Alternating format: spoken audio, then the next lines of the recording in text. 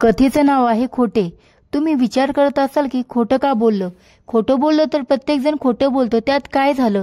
तर आज मी जी गोष्ट सांगणार आहे त्यात तुम्हाला खोटे काय होते आणि त्यामुळे आयुष्यात काय फरक पडला आणि खोट्याने काय झाले हे तुम्हाला समजेल. ही कथा निशांत नावाच्या व्यक्तीची आणि त्याच्या कुटुंबाची आहे, ज्याचे कुटुंब सुखी होते. कुटुंबात आई, वडील, एक मोठा भाऊ, मोठ्या भावाची पत्नी निशांतची पत्नी होती. निशांतच्या वडिलांचा व्यवसाय होता, जिथे दोन्ही भाऊ एकत्र काम करायचे. दिवस चांगले जात होते, व्यवसायातही प्रगती होत होती. त्या कुटुंबाचे सर्व काही ठीक चालले होते. सकाळी उठल्यावर सगळे एकत्र बसून चहा नाश्ता करत होते. निशांतची बायको घरात सगळ्यात लहान होती, त्यामुळे ती सगळी काम सांभाळायची. सकाळी उठून चहा बनवायचा, सगळ्यांसाठी नाश्ता बनवायचा. मग निशांतला ऑफिसला जायचं असतं म्हणून त्याच्यासाठी ऑफिसची सगळी कागदपत्र गोळा करायचा. टिफिन बनवायचा. मग निशांत ऑफिसला गेल्यावर घरची सगळी काम आटोपली असे केल्यावर ती लहान मुलांना शिकवायची. मग संध्याकाळी सगळे घरी आल्यावर सगळ्यांसाठी जेवण बनवायचे. मग सगळे जेवायचे आणि मग झोपायचे. त्यामुळे हे निशांतच्या कुटुंबाचे रोजचे काम किंवा दिवस असे. अशातच त्यांचे कुटुंब हसत खेळत असायचे. निशांतला सुरुवातीपासूनच परदेशात जाण्याची खूप इच्छा होती. परदेशातील एका मोठ्या कंपनीत चांगल्या पदावर काम करण्याचे त्याचे स्वप्न होते. त्यासाठी पुढील शिक्षणासाठी तो कौटुंबिक व्यवसायासोबतच परदेशात जायला दिवस गेले आणि जवळपास 1 वर्ष निशांत आपले काम आणि अभ्यास दोन्ही रोज करत राहिला. मग एके दिवशी त्याला एका परदेशी कंपनीची ऑफर आली, ज्यामध्ये निशांतला त्या कंपनीच्या व्यवस्थापकीय संचालक पदासाठी ऑफर आली. हे पाहून निशांतला खूप आनंद झाला आणि त्याचवेळी कुटुंबात एक वेगळाच आनंद झाला. जिथे तो नोकरीसाठी परदेशात जाणार कुटुंबातील पहिला माणूस होता. या आनंदात निशांतने त्याचे कुटुंबीय, मित्रमंडळी, ऑफिसच्या लोकांना पार्टीला येण्याचे आमंत्रण दिले. मग ती पार्टी संध्याकाळ होती. तिथे सगळे खूप आनंदात होते. कोणी नाचत होते, कोणी गाणे म्हणत होते. हे सर्व पाहून निशांतला खूप आनंद झाला होता आणि त्याची बायको घरची सगळी काम पाहत होती. सगळ्यांच्या स्वागतापासून ते खाण्यापर्यंत बघत होती. नंतर तेवढ्यात निशांतला एका परदेशी कंपनीचा फोन आला. घरातील आवाजामुळे निशांत कॉलवर बोलण्यासाठी बाहेर गेला. निशांत आधी त्याच्या बॉसचे त्याच्या पदासाठी अभिनंदन करतो, पण नंतर त्याचा बॉस त्याला म्हणतो, निशांत, मला माफ करा, व्यवस्थापकीय संचालक पदावरून काढून टाकून तुला टीम लीडर बनवले आहे. हे ऐकून निशांतला आनंद झाला आणि तो विचारतो, बॉस अचानक असे का? व्यवस्थापकीय संचालक झाल्याचा आनंद साजरा करण्यासाठी माझ्या घरी एक पार्टी सुरू आहे आणि आता तुम्ही मला सांगत आहात की मी टीम लीडर होणार आहे. बॉस म्हणाले की हा फक्त माझा निर्णय नाही, सगळ्यांनी सोबत घेतला आहे, मी काही करू शकत नाही. आणि हे ऐकून निशांतने काहीही न बोलता आणि पुढे काहीही न ऐकता कॉल ठेवून दिला. निशांत पूर्ण तुटला होता.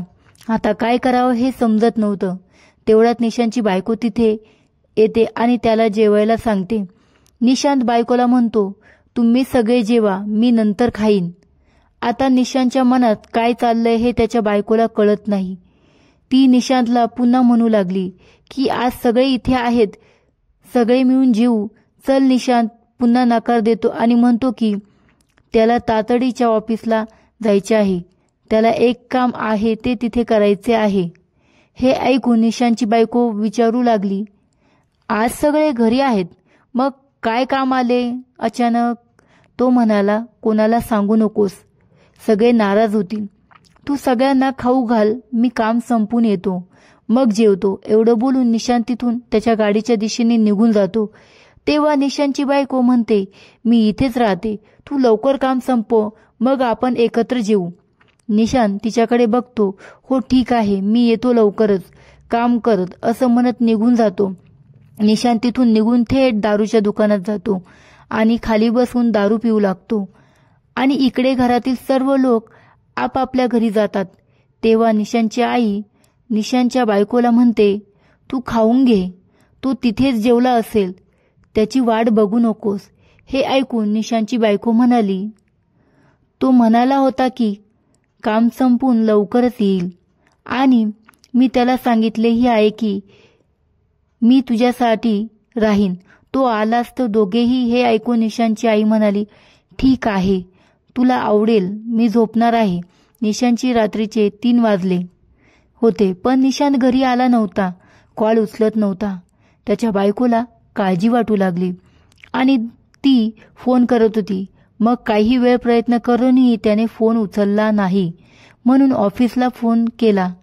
तिथे तो ऑफिसला गेला नसल्याचं कळलं. हे ऐकून ती बायको अस्वस्थ होऊ लागली आणि तिथे निशांत मद्यपान करत होता. जेव्हा एका वेटरने पाहिले की तो कित्येक तास सतत मद्यपान करतोय, तेव्हा त्याने मॅनेजरला सांगितलं. तेव्हा मॅनेजरने निशांतला सल्ला दिला, सर तुम्ही खूप प्यायलाय आणि रात्र झाली व उशीर झालाय. तू घरी जा, तुझे कुटुंब वाट पाहत असेल.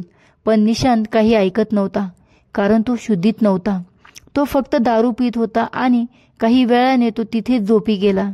मॅनेजरने त्याला तिथे झोपलेले पाहून वेटरला म्हटले, जो मद्यपान करत होता तो एका चांगल्या घरचा वाटतो. एक काम करा, त्याच्या मोबाईलवरून त्याच्या घरी फोन करा. तो तुम्हाला त्रास देत राहील आणि त्याला घेऊन जायला सांगा. हे ऐकून वेटरने निशांतच्या खिशातून मोबाईल काढला आणि स्क्रीन ऑन करताच एका नंबरवरून 100हून अधिक कॉल्स आल्याचे त्याला दिसले. हे वेटरने त्या नंबरवर कॉल केला आणि इथे निशांतला बायकोचा मोबाईल ती निशांतकडे बघत होती की आता निशांतचा कॉल येईल. तेवढ्यात निशांतचा कॉल येतो आणि ती लगेच उठली आणि न ऐकता बोलू लागली, कुठे आहेस, कसा आहेस. ती इतका वेळ फोन करत होती, तुम्ही का उचलत नाही. तेवढ्यात तिथून आवाज येतो, मॅडम मी वेटर बोलतोय. सरांनी खूप दारू प्यायली आहे म्हणून ते इथे झोपले आहे. तुम्ही या आणि त्यांना घेऊन जा. हे ऐकून निशांतच्या बायकोला धक्काच बसला. ती का समजू शकली नाही का निशांतच्या पत्नीने वडिलांना आणि निशांतच्या मोठ्या भावाला उठवले आणि त्यांना सांगितले. हे ऐकून सगळेच हादरले आणि त्याचा मोठा भाऊ त्याला उचलायला गेला. दिवसभर ती एवढाच विचार करत राहिली. काही वेळातच संध्याकाळ झाली आणि सर्वजण घरी आले. तितक्यात निशांत आला. आई भूक लागली आहे, जेवण लवकर वाढ, मी कपडे बदलून येईल. निशांत कपडे बदलून जेवणाच्या टेबलावर बसला. मग बाकीचे सगळे आले आणि जेवण सुरू झाले. जेवण झाल्यावर नेहमीप्रमाणे निशांतची बायको जेवायला सर्वात शेवटी बसली. जेवण करून ती तिच्या खोलीत गेली तेव्हा तिला निशांत झोपलेला दिसला. हे बघून तिला आतून राग आला की निशांत इतक्या लवकर सगळ्या गोष्टी कसा विसरू शकतो. निशांत काहीही केल्याशिवाय कसा जगेल. त्याची बायको त्या रात्री भुकेने त्याची वाट पाहत होती हे त्याला एकदाही कसे कळले नाही. काय निशांतनी नसले तरी काही फरक पडतो का. निशांतसाठी ही सर्वसामान्य गोष्ट आहे का. निशांतला खोटं बोलणं आवश्यक होतं का. मला त्याला इतकी गरज नाही का की मला सत्य सांगू शकेल. निशांत याआधीही असं खोटं बोललं असेल का. माझ्याशी असं खोटं बोलून तो किती वेळा घरातून निघून गेला असेल. असे अनेक प्रश्न मनात ठेवून ती रात्रभर विचार करत राहिली आणि मग विचार करता करता सकाळ झाली.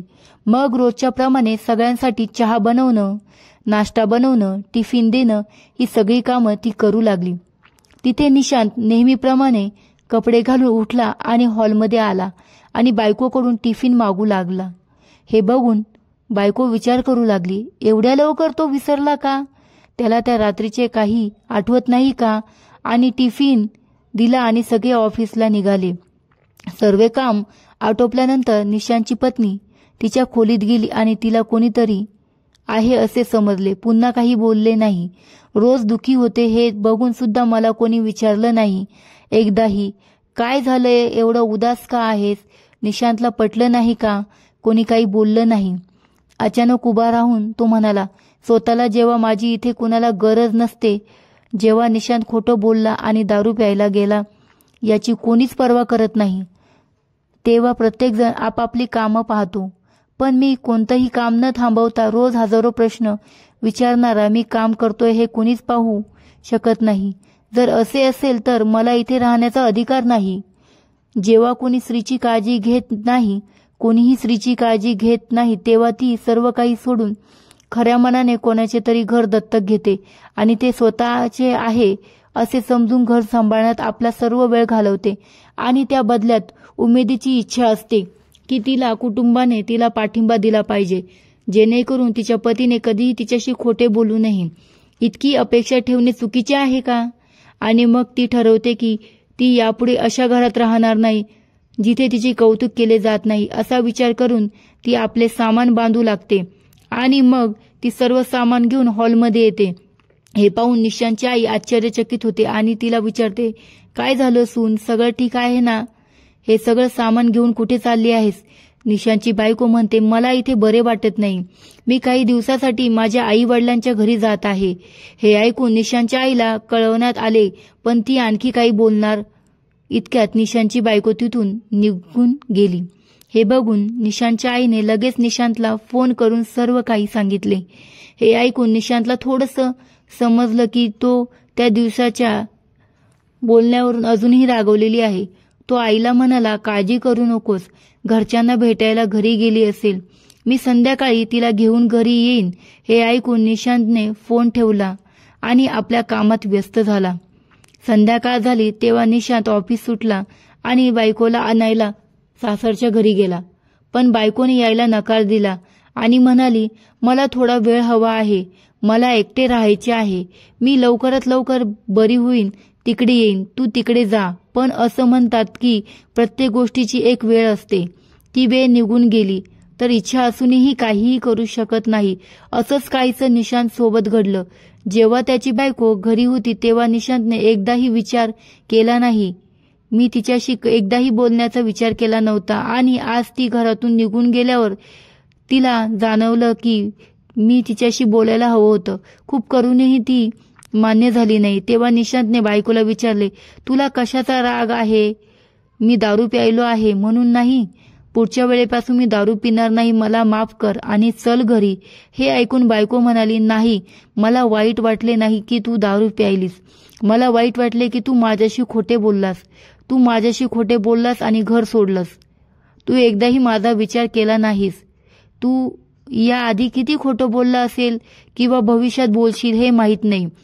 हे ऐकून निशांतला राग आला आणि म्हणाला, तू फक्त एका खोट्याबद्दल एवढा मोठा गडबड करती आहेस. फक्त खोटं होतं आणि त्यात ते कुठल्या तरी मुलीसोबत होतं असं नाही. रात्री तू असं म्हणतोयस की मी तुला शेवटचं सांगतोय, चल घरी जाऊ, माझ्याकडे एवढा वेळ नाही की इथे वारंवार येऊन समजावत राहू तुला. हे ऐकून पत्नी थेट म्हणाली, तुम्ही जाऊ शकता, मी तुम्हाला थांबवले नाही. जेवण शिजले आहे आणि जेवल्यानंतर जा. हे ऐकून तो रागाने न जेवता निघून गेला. हे पाहून पत्नी रडू लागली. तिकडे निशांत घरी पोहोचला तेव्हा सर्वजण हॉलमध्ये बसले होते आणि निशांतला पाहताच ते त्याला विचारू लागले, एकटा आला, सून कुठे आहे? हे ऐकून निशांत सगळ्यांना काय म्हणाला ते समजू शकले नाही. तरीही ती काही दिवसांनी येईल असे म्हणाला आणि त्याच्या खोलीत गेला. मग दुसऱ्या दिवशी सकाळी निशांतचे वडील बोलू लागले, सून कुठे आहेस? मला अजून चहा नाही आला. हे ऐकून निशांतची आई म्हणाली, सून तुम्ही विसरले का? ती तिच्या माहेरच्या घरी गेली आहे. हे ऐकून तो थोडा उदास झाला आणि मग काही वेळाने त्याची मोठी सून चहा घेऊन येते. काही वेळाने जेव्हा नाश्त्याची वेळ होते तेव्हा घरात नाश्ता तयार नसतो आणि तिथे निशांत नेहमी घरी नसलेल्या त्याच्या बायकोला उठवतो म्हणून तो उशिरा उठतो. काही वेळातच घरातील वातावरण बिघडू लागते. ना कोणाला वेळेवर चहा मिळतो ना कोणाला जेवण वेळेवर. त्याची मोठी सून नोकरी करायची, मग ती एकटी किती करू शकते? तितके काम करून ती ऑफिसला जायची. हे पाहून घरातील सर्व लोक काळजी करू लागले. तिथे निशांतची सगळी कामं, कपडे, लॅपटॉप, पेपर्स ते बायको आणायची. आता ती घरी नाही. मग निशांतला सगळी कामं करावी लागली. त्यामुळे निशांतला काळजी वाटू लागली. वेळ निघून गेली. तिकडे निशांतची बायको तिच्या आई वडिलांची काळजी घेऊ लागली आणि इकडे निशांतचे सुखी संसार हळूहळू तुटत होते. कोणालाच काम करायची सवय नव्हती. आता सगळ्यांना काम करायचं होतं. त्यानंतर निशांतला समजलं की आपण असे जास्त दिवस राहू शकणार नाही. तेव्हा तो पुन्हा आपल्या पत्नीला समजावण्यासाठी सासरच्या घरी गेला. पण पत्नी परत जाण्यास राजी होत नव्हती. त्याला फक्त एकच सांगायचे आहे, माझा आता तुझ्यावर विश्वास नाही. तू खोटं आहेस आणि माझ्या आई वडिलांनी मला त्या व्यक्तीसाठी माझे संपूर्ण आयुष्य अर्पण करायला शिकवले नाही. त्यामुळे आता जोपर्यंत माझी खात्री होत नाही तोपर्यंत मी त्या घरात येणार नाही.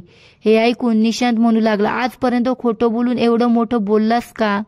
तुमच्या आई वडिलांनी तुम्हाला तुमचा नवरा आणि तुमचं कुटुंब सोडून तुमच्या आईच्या घरी यायला शिकवलं आहे का? हे तुझे प्रेम आहे का? एवढं काम मी कोणासाठी करतोय? तुझ्यासाठी नाही, आपल्या चांगल्या आयुष्यासाठी नाही. आणि तू खोटं बोलतोय एवढं. कृपया मान्य करा. चल घरी परत जाऊया. असे पुन्हा होणार नाही. पण बायको राजी झाली नाही.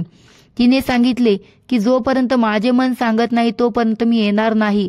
तू निघून जा. आणि हो, जेवण शिजले आहे ते खाऊन जा.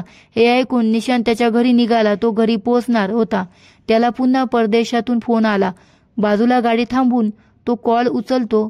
मग बॉस त्याला सांगतो, अभिनंदन निशांत, तुमची व्यवस्थापकीय संचालक म्हणून नियुक्ती झाली आहे. निशांत आहे हे ऐकून आनंद झाला नाही. बॉसला म्हणाले, सर, यावेळेस तुम्ही मला पुन्हा हो म्हणाल का? तुमच्या त्या दिवसामुळे इथे माझे आयुष्य उद्ध्वस्त झाले आहे आणि तुम्ही मला असे म्हणत आहात. हे ऐकून बॉस म्हणाले, मी निशांतला ओळखत नाही. तुमच्या वैयक्तिक आयुष्यात काय घडले आहे?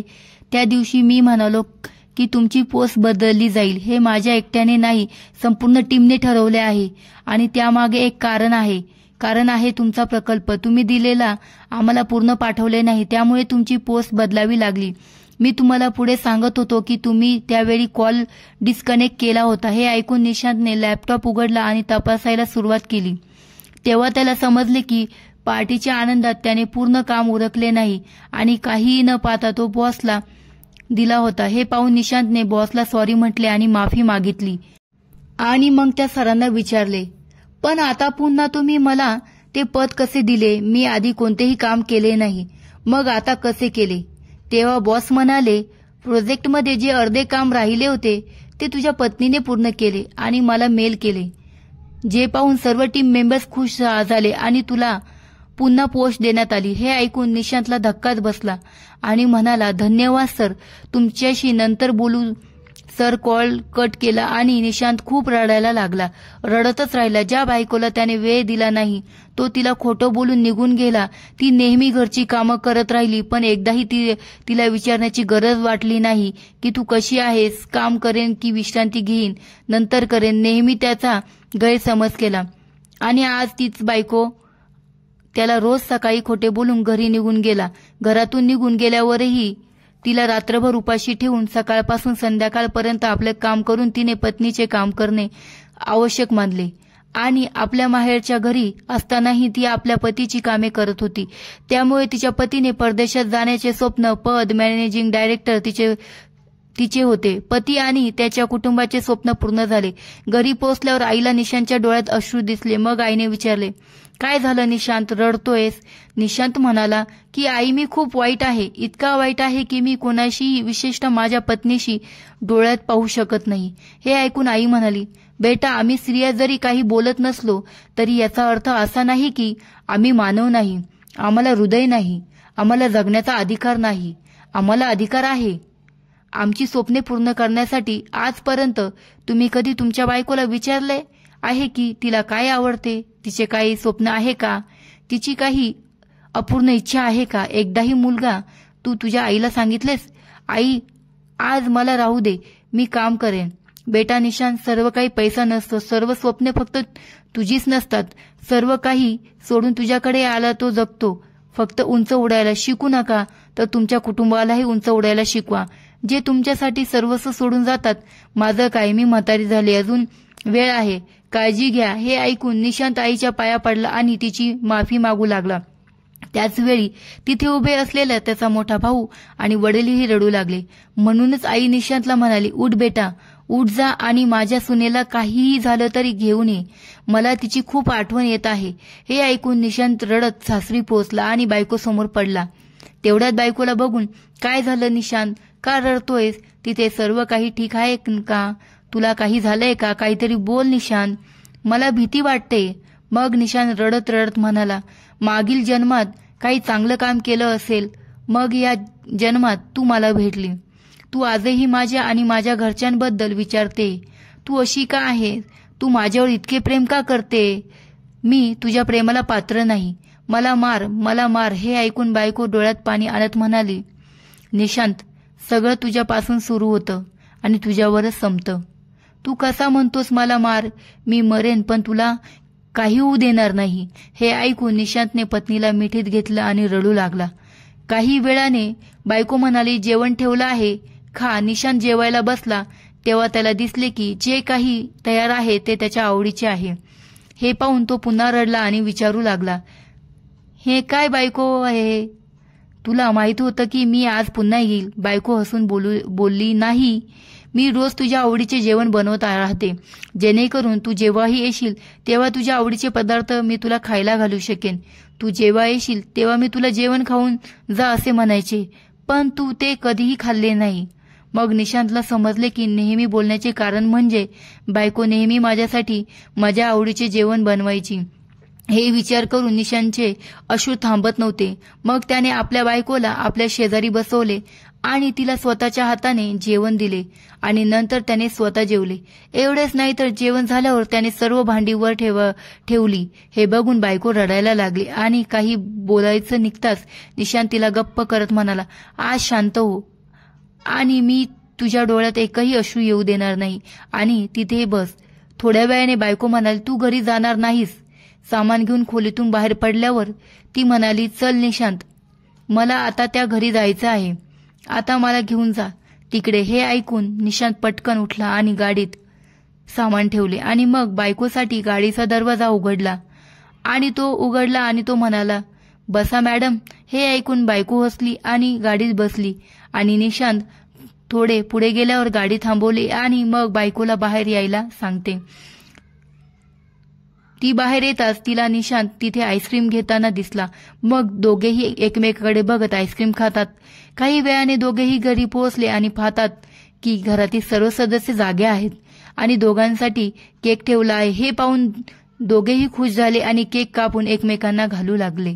थोड्या वेळाने निशांत आणि त्याचे वडील दोघेही भाऊ सर्वांसमोर म्हणाले, आतापासून प्रत्येक आठवड्यात 2 दिवस आपण एकत्र जेवण बनवू आणि त्या दिवशी तुम्हा सर्वांना विश्रांती घ्यावी लागेल. हे ऐकून सर्वजण हसू लागतात आणि आई दोन्ही पुत्रांच्या डोक्यावर हात ठेवून आशीर्वाद देते. आज मला पुन्हा माझे कुटुंब सापडले आहे. अशा प्रकारे निशांतच्या एका खोट्यामुळे तुटलेले निशांतचे हस्तखेळतं कुटुंब पुन्हा एकत्र आले. तर ही खोटी शक्ती होती ज्याने हस्तखेळतं कुटुंब उद्ध्वस्त केलं होते आणि ही एक स्त्री आणि प्रेमाची शक्ती होती जी जर तुम्ही समजून घेतली नाही, काळजी घेतली तर तुमचे खेळणे आणि हसणे आयुष्य उद्ध्वस्त होईल. शेवटी निशांतच्या आयुष्यातून निघून गेलेला आनंद त्याला परत मिळाला. कथा कशी वाटली नक्कीच कळवावे आणि अशाच प्रकारच्या नवनवीन कथेसाठी चॅनलला लाईक आणि सबस्क्राईब करा. कथा पूर्ण ऐकल्याबद्दल धन्यवाद.